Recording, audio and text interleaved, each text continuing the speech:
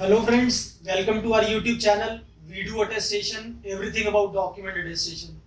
आज हम बात करेंगे मलेशिया एम्बेसी अटेस्टेशन के बारे में। मलेशिया एम्बेसी के लिए क्या डॉक्यूमेंट हमें अटेस्ट कराने होते हैं, क्या उस अटेस्टेशन का पर्पस होता है, उसका क्या प्रोसेस है, कितना टाइम लगता है, क्या चार्जेस है, वो कहाँ से होता है। तो हम कोशिश करेंगे अपने इस वीडियो में मलेशिया अटेस्टेशन से रिलेटेड सारी चीज़ें कवर कर सकें। तो हम शुरू करते हैं सबसे पहले कि क्या डॉक्यूमेंट हमें अटेस्ट कराने की ज़रूरत है।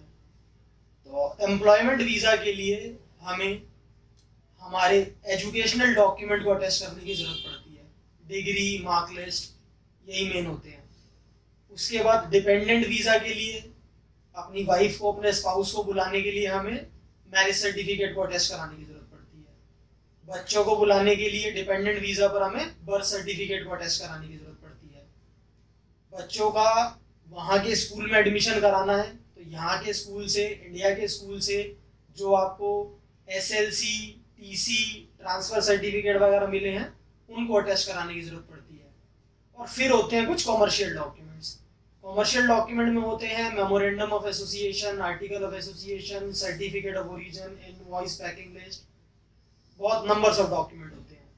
उनकी ज़रूरत हमें इसलिए पड़ती है, इंडिया की कंपनी कोई अपनी मलेशिया में ब्रांच खोल रही है उसके लिए चाहिए होता है।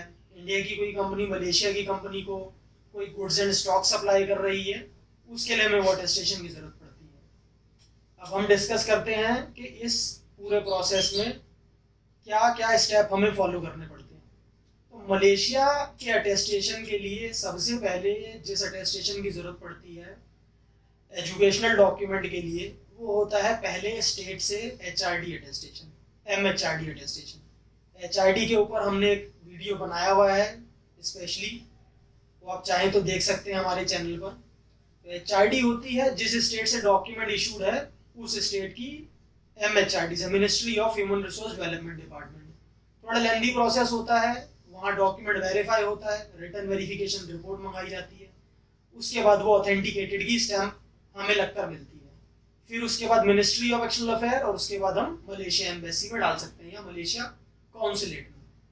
फिर आते हैं non educational document. Non educational document के लिए पहले होता है स्टेट का होम डिपार्टमेंट, फिर मिनिस्ट्री ऑफ एक्सटर्नल अफेयर और फिर मलेशियन एम्बेसी या आपका जो नियरेस्ट मलेशियन कॉन्सुलेट है। कमर्शियल डॉक्यूमेंट के लिए chamber of commerce, ministry of external affair और मलेशिया एम्बेसी। तो ये है प्रोसेस। अब हम डिस्कस करते हैं मलेशिया एम्बेसी का अटेस्टेशन कहाँ से होता है। तो मलेशिया एम्बेसी इंडिया में 3 जगह है। मेन एम्बेसी दिल्ली में है, जैसे बाकी सभी कंट्रीज की एम्बेसी दिल्ली में होती है, तो मलेशिया की भी एम्बेसी दिल्ली में है। एक कॉन्सुलेट इनका मुंबई में है, एक कॉन्सुलेट इनका चेन्नई में है। तो साउथ इंडिया से नीचे, साउथ इंडिया में जो भी डॉक्यूमेंट इशूड हैं वो चेन्नई कॉन्सुलेट से अटेस्ट होते हैं। उनका सबमिशन, वो ज्यूरिडिक्शन वहाँ की आती है, आपकी चेन्नई कॉन्सुलेट की। जो मुंबई के आसपास की स्टेट्स हैं उनका अटेस्टेशन, जैसे गुजरात हो गया, गोवा हो गया, पूरा महाराष्ट्र, उनका अटेस्टेशन होता है मुंबई कॉन्सुलेट से। और नॉर्थ इंडिया का सारा काम होता है दिल्ली एम्बेसी से। यहाँ पर आपको खुद ही अपॉइंटमेंट लेके एम्बेसी में जाना होता है, और तो कुछ एजेंट भी ऑथराइज्ड हैं, वो आप चेक कर सकते हैं। अपॉइंटमेंट लेने के बाद आप ये एचआरडी एमईए करके एम्बेसी जाइए और आपको अटेस्टेशन होकर मिल जाता है।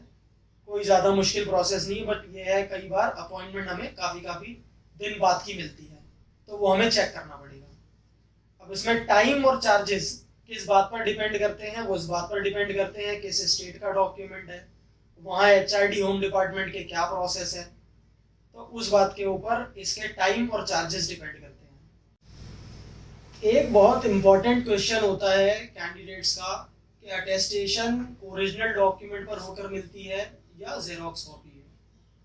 तो सभी एम्बेसीज के अटेस्टेशन सभी ओरिजिनल डॉक्यूमेंट के बैक साइड पर होकर मिलते हैं, लेकिन सिर्फ और सिर्फ मलेशिया में, वो भी 3 जगह में से, एक तो दिल्ली की एम्बेसी, एक मुंबई कॉन्सुलेट और एक चेन्नई कॉन्सुलेट।